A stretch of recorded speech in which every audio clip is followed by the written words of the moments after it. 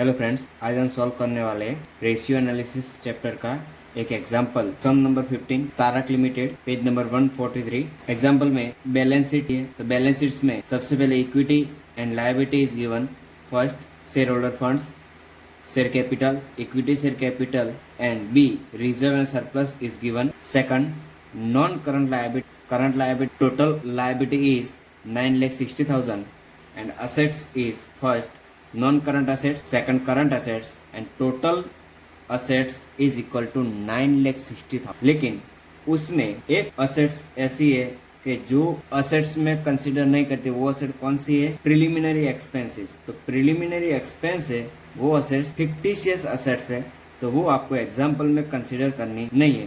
तो जब भी आपको टोटल असेट्स कंसिडर करनी है तो उसमें से प्रिलिमिनरी एक्सपेंस आपको क्या करना है? लेस। एडिशनल इन्फॉर्मेशन आपके पास है, तो एडिशनल इन्फॉर्मेशन में क्या है? Total sales 4,50,000 less cost of goods sold amount of profit 2,25,000, gross profit is 2,25,000 less administrative selling and financial expense amount of rupees 75,000, profit before tax amount of rupees 1 lakh. उसमें से 50% tax less किया है 75,000, उसका 1,50,000 का 50% आपको करना है, तो 75,000 आपका टैक्स आ जाएगा। तो उसमें से टैक्स लेस करेंगे तो वो आपको क्या मिल जाएगा?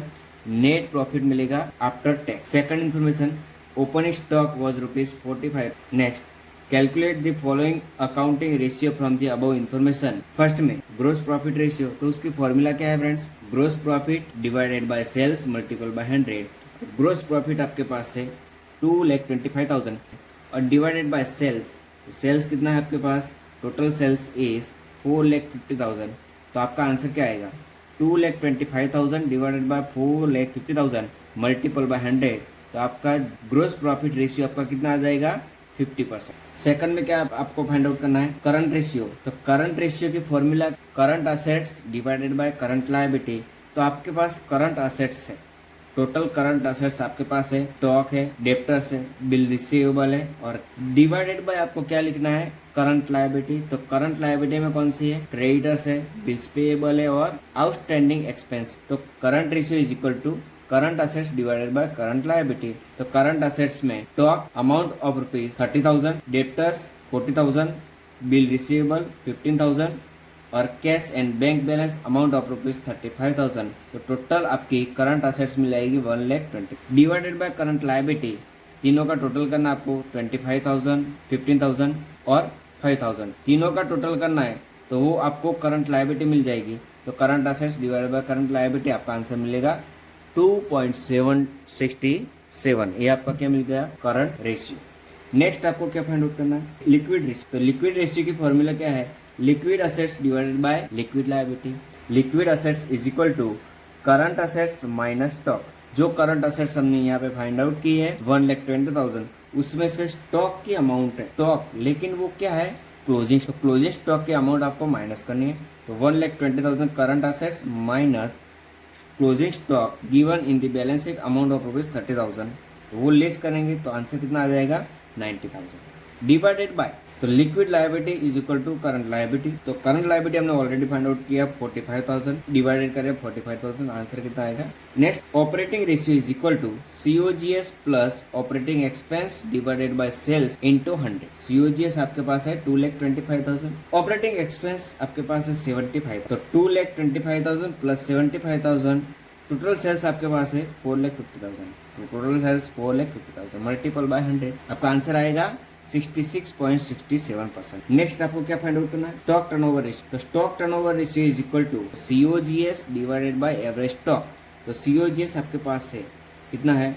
2,25,000 डिवाइडेड बाय एवरेज स्टॉक। तो एवरेज स्टॉक फ्रेंड कहाँ से मिलेगा? Average stock is equal to opening stock plus closing stock divided by 2। तो आपको क्या मिल जाएगा? एवरेज स्टॉक में सबसे पहले ओपनिंग स्टॉक। तो ओपनिंग स्टॉक वाज ₹45,000, ये आपको अमाउंट दी है। Additional information plus closing stock. Closing stock आपके पास बैलेंस शीट्स में है 30,000। तो opening stock 45,000 plus closing stock 30,000, answer is 37,000। Next आपको क्या फाइंड आउट करना है? Debtors ratio and in bracket information is given 360 days to be taken for the year. So debtors ratio is equal to debtors plus bill receivable divided by sales multiple by days. तो debtors आपके पास है balance sheets में कितना है amount 40,000 plus bill receivable amount of rupees 15,000 divided by credit sales. इधर आपको credit sales और कैश सेल्स की कुछ इन्फॉर्मेशन नहीं है, तो total sales is credit sales में आपको कंसीडर करना है। तो क्रेडिट सेल्स कितना आएगा 4,50,000 divided by 4,50,000 multiple bye days आपको कितना कंसीडर करना है 360 डे, तो मल्टीपल बाय 360, तो आपका आंसर आएगा वो 44 day. Next proprietary ratio is equal to proprietary fund divided by total real assets multiple by 100। Proprietary fund is equal to total share capital, equity share capital plus preference share capital plus reserve and surplus plus profit and loss account minus fictitious assets. Friends यहाँ पे आपको proprietary funds में से आपको fictitious assets आपको less करना है, और आपके पास फिक्टिशियस असेट्स है अदर नॉन करंट असेट्स में, वो फिक्टिशियस असेट्स है अमाउंट ऑफ रुपीज 15,000। तो टोटल प्रोप्राइटरी फंड में कितने आएगी, तो अमाउंट आएगी फर्स्ट में equity share capital 3 lakh plus preference share capital 3 lakh plus reserve and surplus 1 lakh, तो आंसर कितना आएगा 7 lakh plus profit and loss account 50,000 7,50,000 minus fictitious assets is 15,000, तो टोटल प्रोप्राइटरी फंड आएगा 7,35,000, तो ये आपका आंसर होगा 7,35,000 divided by total real assets. तो आपके पास टोटल असेट्स कितनी है 9,60,000, तो उसमें से फिक्टिशियस असेट्स आपको लेस करनी है, तो वो कितनी है 15,000, तो वो आपको लेस करनी है। तो टोटल नेट रियल असेट्स कितनी आएगी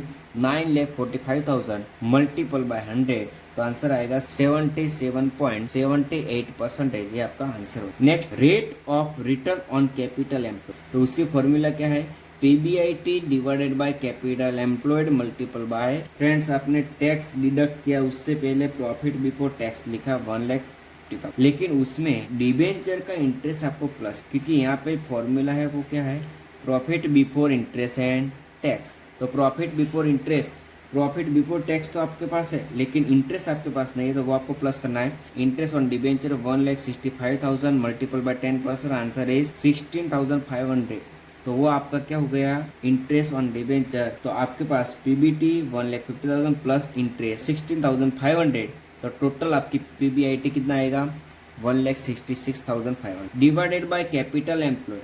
तो कैपिटल एम्प्लॉयड की फ्रेंड्स फॉर्मूला क्या है, तो capital employed is equal to share capital plus debenture plus long term debt plus reserve and surplus minus fictitious, तो आपको प्लस माइनस करना है 9 लाख रुपीज, वो आपका कैपिटल एम्प्लॉयड हो। तो PBIT आपके पास है 1,66,500 डिवाइडेड बाय कैपिटल एम्प्लॉयड आपको मिला, वो कितना मिला 9 लाख रुपीज मल्टीपल बाय 100, तो आंसर कितना आएगा 18.5%। और लास्ट में आपको क्या फाइंड आउट करना है rate of return on equity share capital. उसकी फॉर्मूला क्या है नेट प्रॉफिट, जो भी आपके पास नेट प्रॉफिट है उसमें से प्रेफरेंस शेयर डिविडेंड आपको लेस, उसमें से क्या लेस करना है प्रेफरेंस शेयर डिविडेंड आपको लेस करना है। तो प्रेफरेंस शेयर डिविडेंड कितना आएगा 3 lakh multiple bye 10%, answer is 30,000, तो नेट प्रॉफिट 75,000 माइनस 30,000, तो आंसर आएगा 45,000 divided by equity share capital fund. तो equity share capital fund answer कितना आएगा, तो आपके पास कितना है 3 लाख रुपीज, तो divided by 3 lakh 45,000 divided by 3 lakh, answer is 15%, ये आपका आंसर होगा।